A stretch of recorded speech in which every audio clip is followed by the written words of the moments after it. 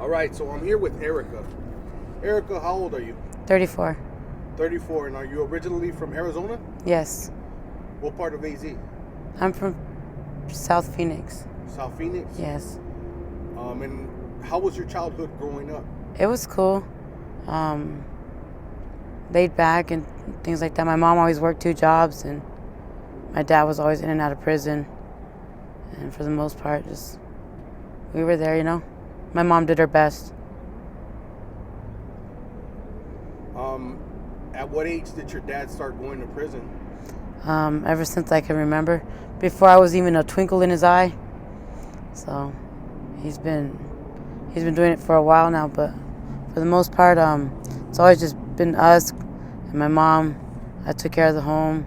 My mom worked 2 jobs, and I got two brothers, 1 sister. Both of my brothers are doing life in prison, pretty much, and my sister, she's out in the streets. So pretty much it was just your mom raising you guys. Yes. What's your current situation right now? Are you homeless? My current situation is I am not homeless. I just choose not to go home because I don't want to listen, to simple rules that I know that will better me. I'm just being hard-headed right now. For the most part, I'm out here because I choose to be, just like everybody else does. Yeah. Do you mess with any substances? I like to smoke weed. I try to drink every day. And every now and then I'll do a little holler here and there, But it's nothing nothing that to the extreme to where I'm doing stupid stuff, Yeah. To obtain my habit or to support my habit. I'm not out here doing dumb stuff because I've been there and I've done that in my previous years when I was a whole lot younger. I used to smoke cocaine and it was just all bad. But for the most part, that's why I can't let anything control me like that. I'm just going through some things right now, for the most part. But How long were you going through that addiction when you were younger? I would say, years, months? It was years. It was years, and then I got sober because I did almost altogether about 7.5, 8 years in prison. And with that, after my second round, that's when I got out, had my second baby, and with that, that's when I was sober, and that's when I was the happiest the most. But shit happens, So you did 8 years in prison? Was that because of your addiction? For the most part, yes. Because it's just making you do crazy stuff too, Yeah. But for the most part, the way I see it is that I think we all come out here and look for a substance to try to fill that void in our heart, But it's pointless. It's like they're just driving yourself crazy because you're just gonna constantly go in a circle, and never obtain and just succeed at what you're trying to get. For the most part, people out here, they get high because they lost their family, they lost everything, they lost their job, they did all that, but they let that get the best of them.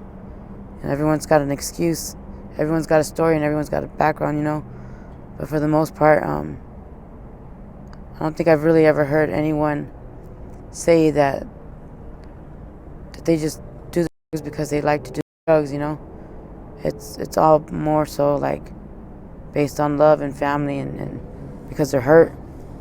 And I believe that love will fuck you up more than it ever will, for the most part. So other than that, it's doing drugs and being out here is still not going to lead you to victory, you know what I mean?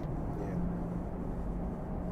There's a lot of young kids out here that I've seen, and it's crazy because like there's 18-year-olds, 19-year-old kids, and I tell them all the time like yo, that's stupid, like why would you be out here like that? You're young, and for the most part what gets me the most is because like in their heads they really believe that they have nothing to live for. No reason to. And it's just and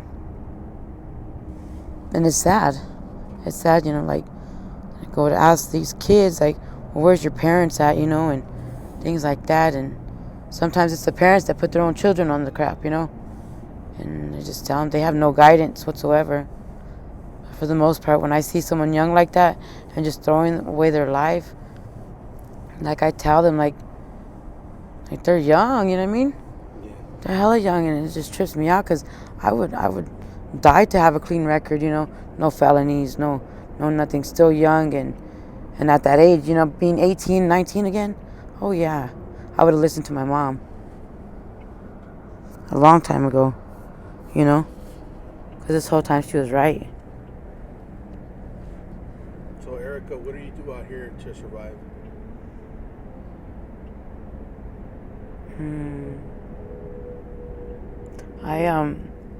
I'll go. I used to go to work with an old friend of mine, that I used to stay with, and we used to go around and like cleaning yards and doing landscaping jobs and collecting pallets and stuff. There's a lot of work, for the most part, but other than that, I guess I just go day by day, just figuring it out. Like I really don't worry about it, I guess. If it comes my way, it comes my way. Then I take it as a blessing.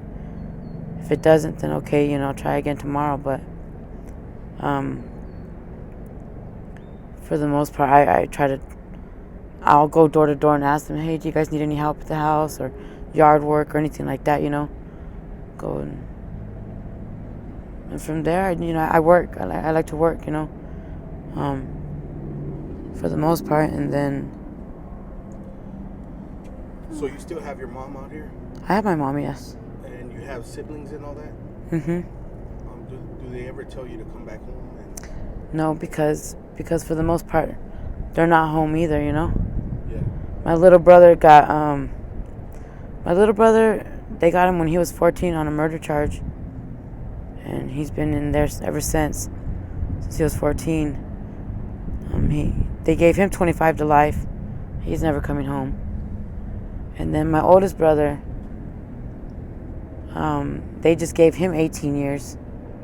So that's that. And then my sister, she's stuck on them blues, Yeah.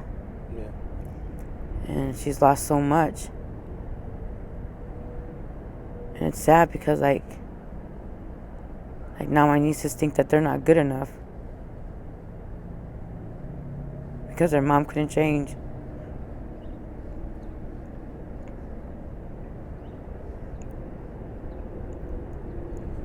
Have you ever tried them blues? I've tried them, but it's not for me.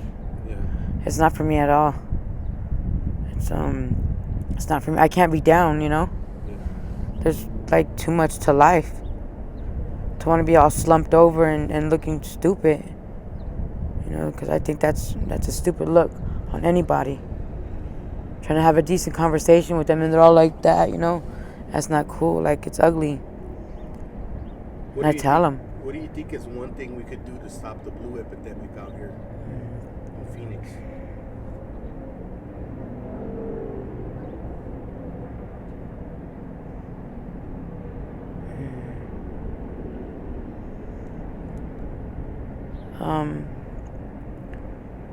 Honestly, to tell you the truth,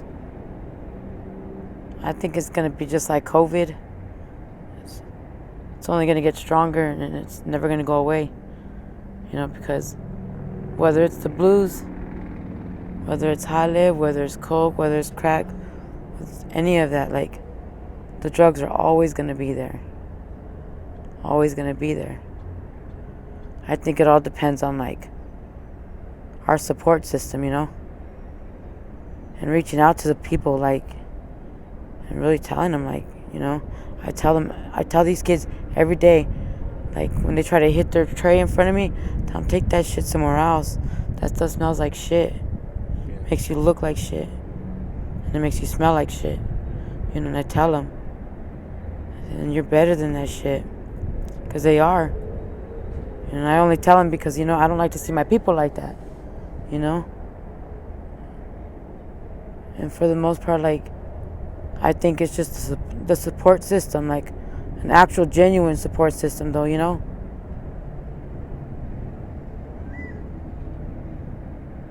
I think that would help. It starts in their homes. And even when these kids don't have homes and stuff, you know, like sometimes it's even the parents that are all tore back too, smoking that shit, you know. So they don't even care about their kid, you know. I was talking to a young kid this morning. He's so lost. He's got no guidance whatsoever. And it's sad because he's a good-looking kid. He's a very good-looking kid. Beautiful smile. His teeth ain't all shot out, you know. What? He just turned 18. Just turned 18. It's crazy. I just interviewed an 18-year-old yesterday too. Yeah, it's sad. Like, it's really sad.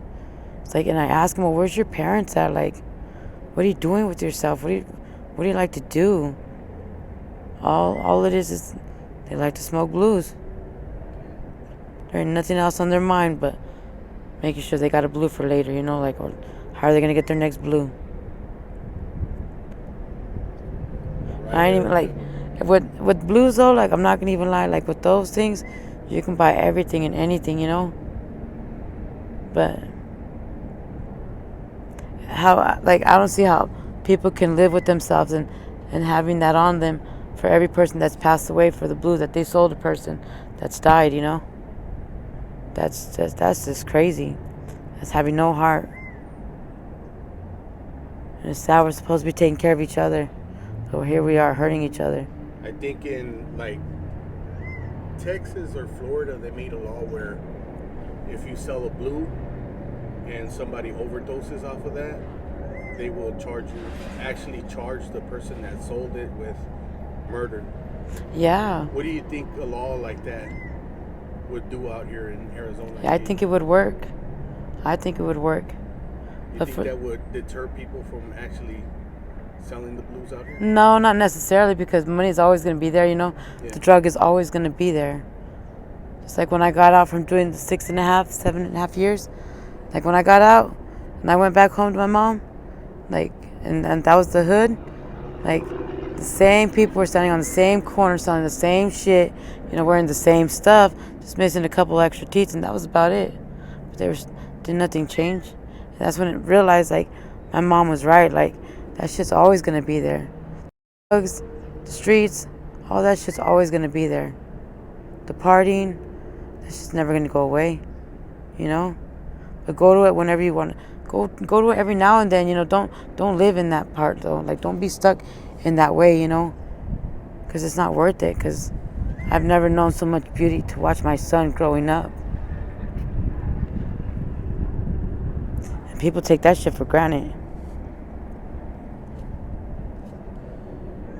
Well, all right, Erica, thank you for sharing your story.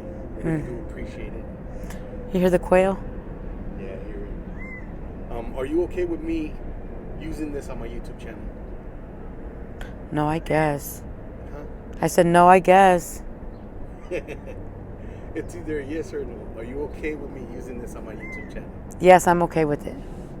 Thank you, Erica. And just in case some of my subscribers want to reach out to you with some help, do you have any social media where they can contact you? Erica Leglu.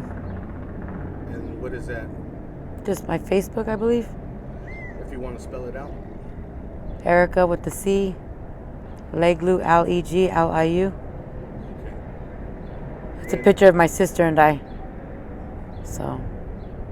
All right, Erica. Thank you. You're welcome.